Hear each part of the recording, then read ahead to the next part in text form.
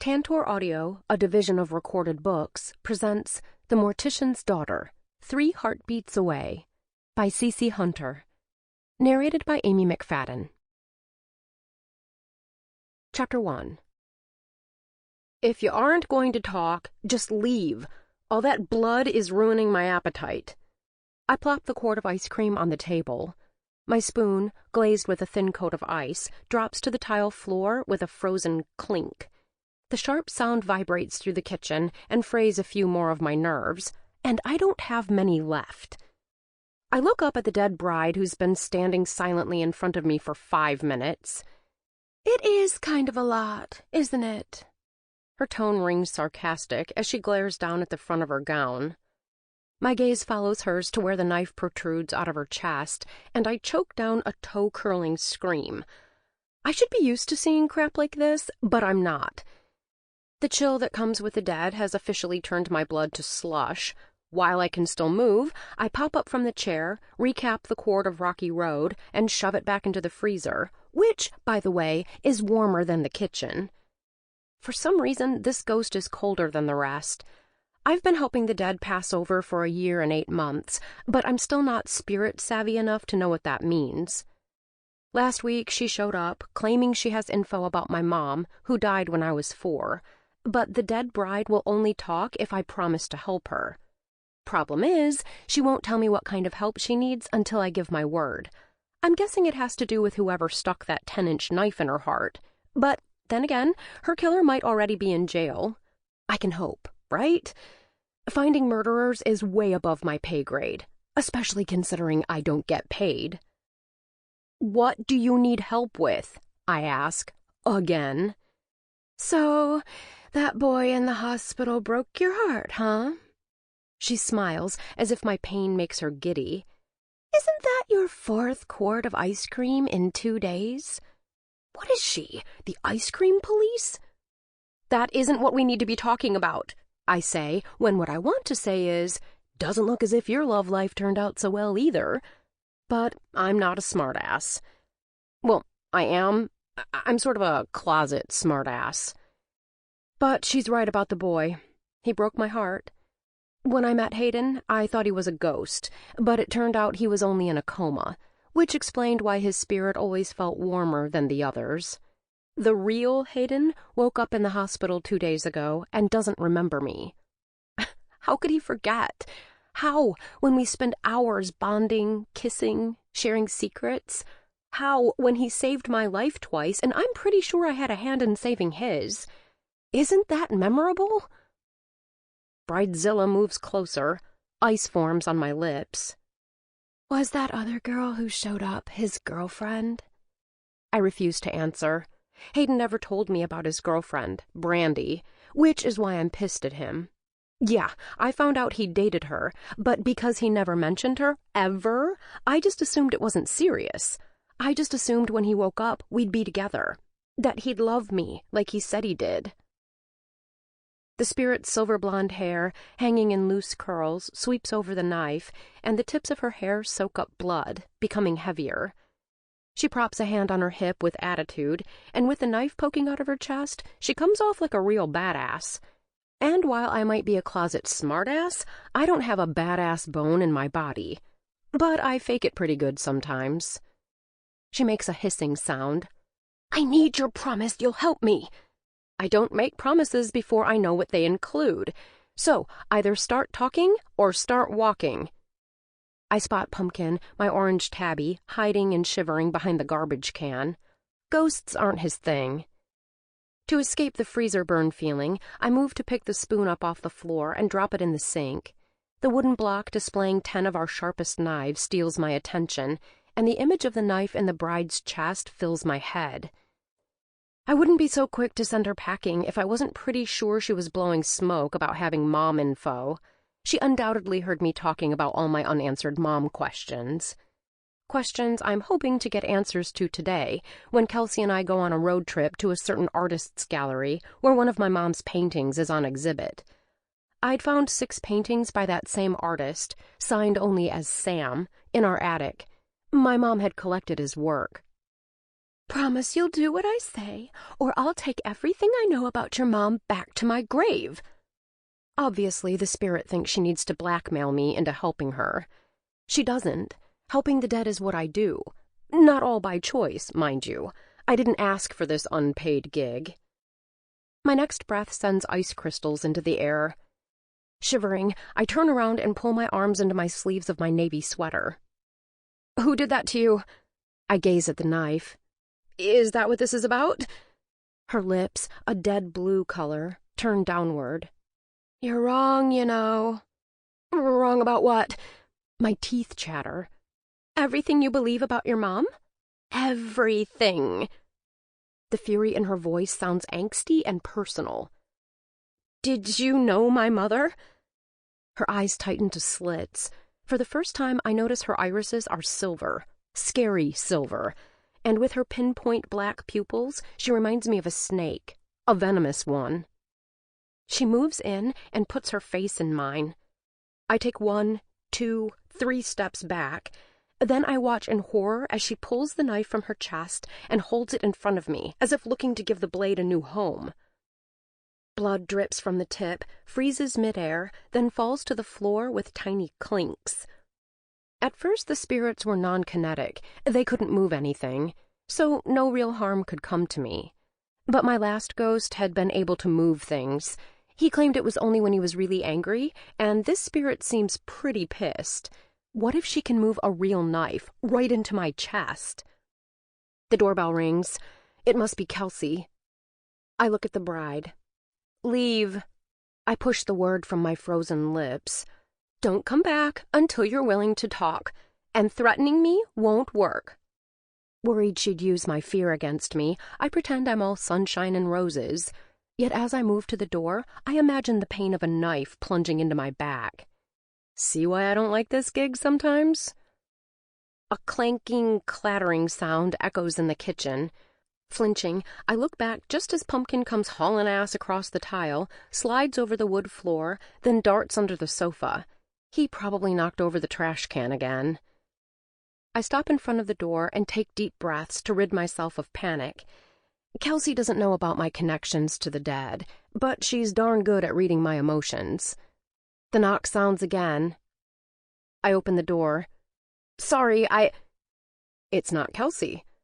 Hi, Riley. Mrs. Parker, Hayden's mom, stands in my doorway, with warm sprays of sun spilling in around her. Hi, I manage, still frosty. She looks as nervous as I feel. I haven't seen you in a few days. Yeah, I've had stuff to do. Like imagining your son swapping spit with Brandy. She offers an I don't believe you nod.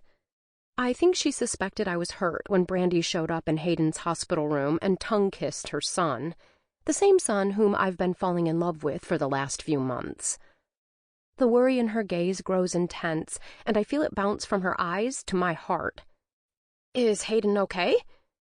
Health-wise, he's fine. It's just his spirits are down. Okay, that hurts. Hurts because I care, and I shouldn't. I have to let him go. Why is he down? He tried to walk, and his leg muscles won't hold him. The doctors explained he needs physical therapy, but my son's never been big on patience. He's worried he'll never play sports again. And I think he's bored and needs people his own age. I can tell she's pushing me to go see Hayden, but I don't think he wants to see me. Besides, he has Brandy, and being around him stings like a lemon-doused paper cut because he's my everything, and I'm his nothing. And, well, staying away feels like a really good idea. I thought his friends would be up there all the time now. I tug at my sweater sleeves as the thought of him being lonely tugs at my heart. Everyone's busy. Her tone hints at annoyance, and I share it. Jacob and his family are away for the weekend, and Brandy's parents are friends with his parents, so she's gone too. You were so good at being there for me these last 3 weeks. I thought maybe I'm going to visit a gallery with a friend today. I don't know what excuse I'm going to give her tomorrow. I understand. She looks down, then up. I hate to ask, but I need your help, Riley. Me?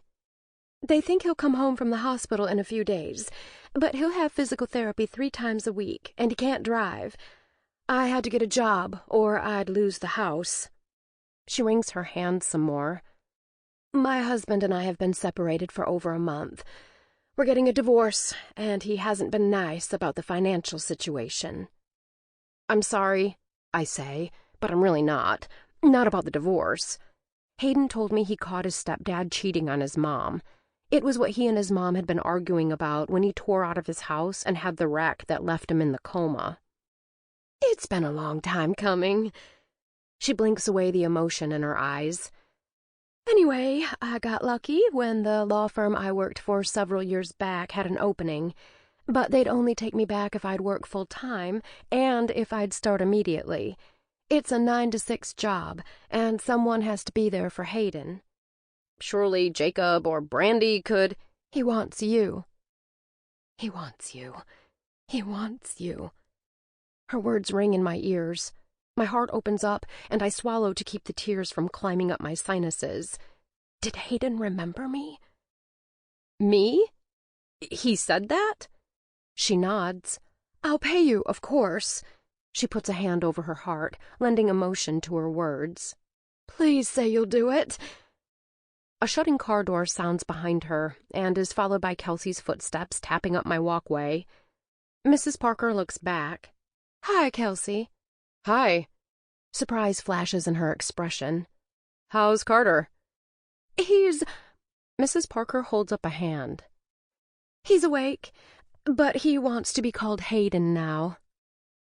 I remember Hayden telling me that Carter was actually his soccer coach's name, and when his mom married him, Hayden got the nickname Carter's Boy. The boy got dropped, and he kept the nickname Carter, one he was proud of at one time. Mrs. Parker turns back to me. Think about it and text me. And if you get back from the gallery in time, go see him. I'm supposed to meet with my boss to get caught up on their new clients. She hugs me really tight, then leaves, taking a chunk of my heart with her.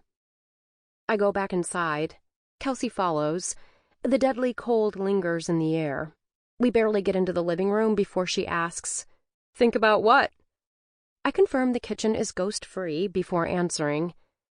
Mrs. Parker wants me to drive Hayden to his physical therapy treatments.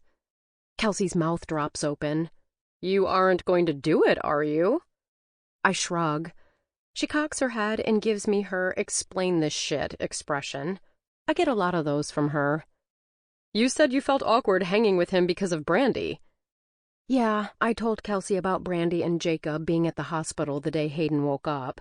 I even told her, the lie I told everyone else, that my only connection to Hayden was that we attended the same summer camp years ago. Unlike everyone else, Kelsey isn't buying it. She needs help. Part of me wants to ditch Kelsey and the art gallery and go see Hayden, to kiss him the way I wanted to when he woke up. Then I want to yell at him for not telling me about Brandy. If he'd told me he had someone serious, I'd have resisted his charm, held off his kisses. I wouldn't have fallen in love with him. Maybe I should have confronted him when I found out, but at the time I was so afraid of him dying, I couldn't let myself feel even a little betrayed. But now he's alive and apparently in love with someone else. As much as this stings, my Hayden issues have to wait. The trip to the gallery is important too. I fake a smile to Kelsey, who's still studying me like she's trying to see inside my head. Not that she really wants to. It's not pretty. Ready? It's just weird. Not normal. She points a finger at me. What's weird? She's going to have to be specific because my whole freaking life is creepy and wacky and not even close to normal. Your so-called connection to Hayden. His mom asking you to help. The fact that your house is colder than an Eskimo's popsicle. She hugs herself. And that. She motions to the floor. That is stranger than shit, too. I look down and gasp. The knives from the wood holder are on the tile. I remember the clattering noise from earlier. Since Pumpkin was behind the trash can, I don't think he's the one who knocked them off, especially considering the way they've fallen. They almost make a heart. Which means I have another ghost who can move things. Which means she really can knife me in the back. Which means... shit. You don't have to do this, Kelsey says when I park right in front of the gallery. I'm gripping the wheels so tight my fingers are white and numb. Are the answers I want in there? Do I really want them? I try to look away, but I can't. The building is painted yellow and green. A welcome sign hangs from the red front door, but I don't feel welcome. That door feels like the lid to Pandora's box. I sigh. What if you're right? What if Sam's my father? Kelsey unclicks her seatbelt. Don't listen to me. I just tossed that out there as the worst-case scenario. No, you tossed it out there because you think he looks like me in that website picture. And with my dad being so secretive... I mean, what if the worst case is the right case? Dread coils up in my belly. Look, whatever you learn, you deal with it. Kelsey gives my shoulder an I-got-your-back squeeze. And you'll be better off knowing it. The truth will set you free kind of shit. Some very wise prophet said that. I look at her. You believe it? Of course. That or he was smoking weed and just talking crap. An unexpected chuckle spills out of me. You're crazy. Kelsey grins. It made you laugh, didn't it? She puts her hand over her heart. How about this piece of wisdom? Her expression turns all serious. No matter what you learn in there, it won't matter. You will still have the unsurpassed, paramount best friend in the entire world. Her smile widens. How lucky are you? Pretty damn lucky. While I know she's joking, I'm serious. Thanks for coming with me. She shrugs as if my gratitude is too weighty on her shoulders. You're there for me. I am, I say. She reaches for the car door. Come on, let's go interrogate an artist. As we walk in, a bell jingles over the door. The sharp sound hangs in the room like an echo that refuses to go silent. The lingering scents of turpentine and paint fill the air. The artwork on the walls beckons me closer, but I hold my spot. They're Sam's work. I recognize his style from the 6 paintings I found in the attic. The need to study them becomes stronger. Before I do, I look at the unmanned counter where the cash register is. The place feels hollow, empty. Normally I love being in a gallery. Art has always felt like a friend, but not now. Secrets live here. Hello?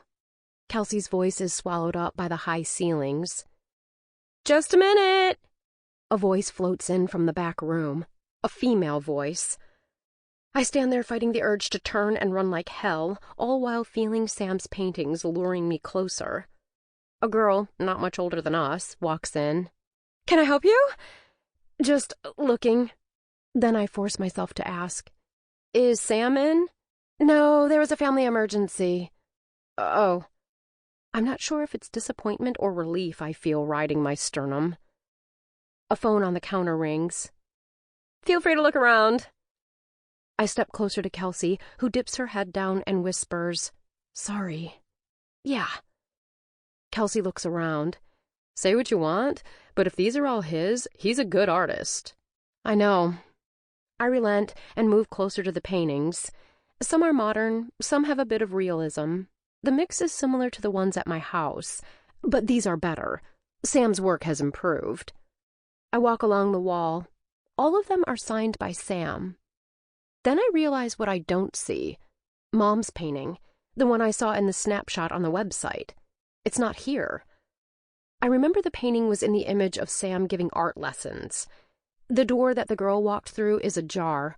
I glance back to find she's leaning against the counter, lost in the phone conversation. I ease through the door. Kelsey follows. What are we doing? Her tone implies we shouldn't be in here. I feel it too, but I don't care. The picture I saw of my mom's painting wasn't back there.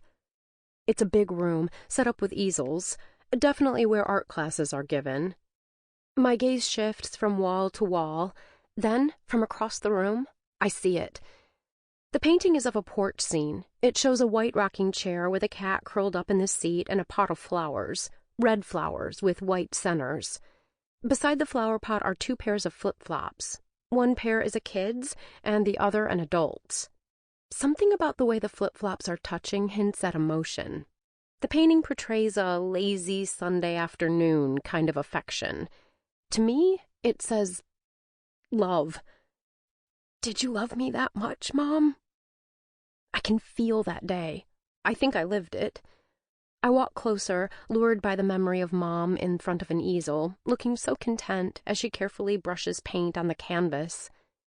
Now, standing in front of the artwork, I stare at the brush strokes.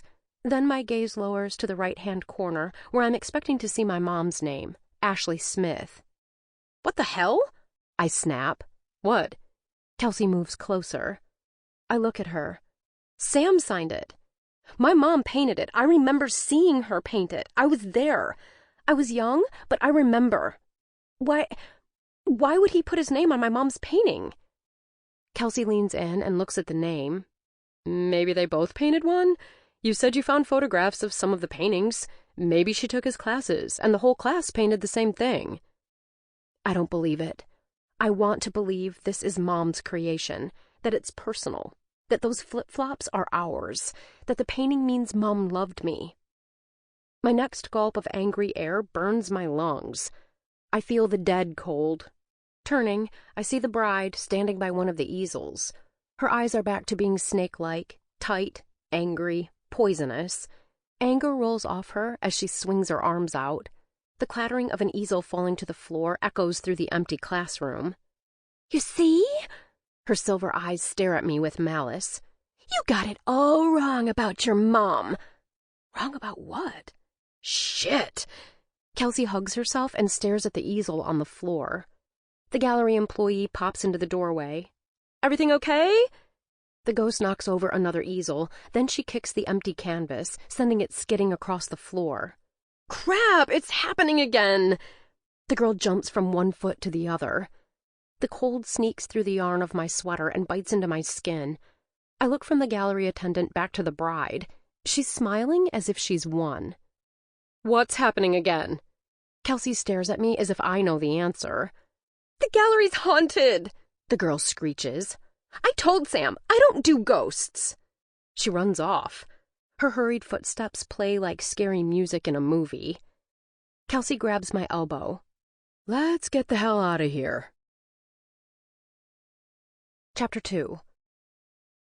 I'm driving, gripping the wheel, and my mind's racing so fast I can barely concentrate on the road. I feel Kelsey eyeballing me, but I can't focus on her now. Nope, I've got bigger problems. It appears the dead bride did know my mom, but my mom's been dead for 13 years. What kind of grudge would last that long? Since the spirit is haunting the gallery, it means she also has ties to Sam. Did Sam kill her? Well, at least now we know, Kelsey says. Know what? Frustration unintentionally sharpens my voice. That Sam's your father. What? Are you crazy? We didn't even see him. I bang my hand on the wheel. How can you even say that? Because he's got... She stops talking and slams back in the seat and stares straight ahead. Her sudden silence resounds in the car and adds another layer of tension. He's got what? All my angst spills out, but I'm past caring. I'm not mad at her, but yeah, I'm mad. Furious at feeling so lost and clueless. Fuming at a dead bride who I believe is trying to use me to extract some kind of decade-old revenge on my dead mom. And, while I'm being honest, I'm still pissed at Hayden. Kelsey cuts her green eyes at me. You'll just deny it. Deny what? The same cold feeling that was at the art gallery is the one I feel around you so often. And the same kind of weird shit happens. Shit like knives scattered on your floor in the shape of a freaking heart. Okay, so maybe I need to focus on Kelsey now. I push my dead bride problems back to deal with my best friend problems. Or maybe I should focus on driving. The car in front of me has stopped, and I haven't. Slamming on my brakes, I hear the screech of my tires. I smell the burnt rubber. I manage not to hit the car, but barely. Needing rebound time, I pull into a grocery store parking lot. Kelsey, silently waiting, glares at me. How you drew a picture of Carter, who was in a coma, and you didn't even know who it was. The little girl who got part of her estranged uncle's liver. The same uncle who's the leader of a gang. The same gang you happened to be hanging out with. Then there's the big one. I turned the car off. Big one? That you knew about my grandmother's life insurance policy after she died. Please don't deny it again. I saw you put that envelope in my mailbox, and I searched your computer and found a copy of the letter you wrote pretending to be the agency. And before you get all prima donna prissy that I snooped around on your computer, remember that I'm still your best friend even when I know you've been lying to me. I gripped the steering wheel. She knows. She knows. Oh, crap. She knows. I wanted to tell you, but I was afraid you'd freak out. I did freak out. I'm still freaking out. I thought you'd either think I was crazy or you wouldn't want to hang with me anymore. She stares at me, and I wait for her to say it's true, that I have now become her ex-best friend. I recall how lonely my life was before we teamed up. A lump of raw emotion forms in my throat. I don't think you're crazy, and I'm still here, aren't I? I nod. She sits silently, as if mulling everything over. You can see ghosts. I help them fix their last problems. She inhales sharply. My grandmother. You saw her? Yeah. She was worried about you and your mom. She told me about the insurance policy. I didn't know how to pass the information along. I'm sorry I lied. Was she okay? Kelsey's green eyes go damp. Yes. Then I remember that Bessie came back saying there were some family issues. I don't like the idea of upsetting my best friend, but I don't want to lie about anything anymore. I tell her about her grandmother's recent visit, which I learned about from a fellow spirit. Her brows tighten. What family issues? She didn't say. Remember the day I went to your house and your mom's boyfriend opened the door? I thought he could have been the problem, but then he left, and when your mom got pregnant, I thought that might be it. Her expression is unreadable. Is she still here? Her voice is a whisper, like she thinks someone else is listening. I don't know. I haven't seen her, but I force myself to say it. You mentioned that your home's air conditioner is acting up. Her eyes go round. Are you saying the cold at my house is the same as the cold... that the cold is my grandmother? I don't know for sure, but because you feel them when they are around me, I don't see why you wouldn't feel them on your own. But you say that like not everyone feels them. They don't. Her front teeth sink into her bottom lip. Did you feel them before you started seeing them? I try to think back. I don't remember. How long have you been seeing them? A little over 1.5 years. How does that not scare the crap out of you? It did. I remember the bride. Still does sometimes. Did you see a ghost back at the gallery? I nod. She nips at her lip again. Was it your mom? No. Who was it? Curiosity fills her eyes. I draw in a big gulp of air. Are you sure you really want to know this stuff? We could just pretend it doesn't happen. She purses her mouth in her unique, disapproving way. I suck at pretending. So I tell her about the bride and how she's acting like she has something against my mom, about the 10-inch blade plunged into her heart. I probably shouldn't have told her about the knife.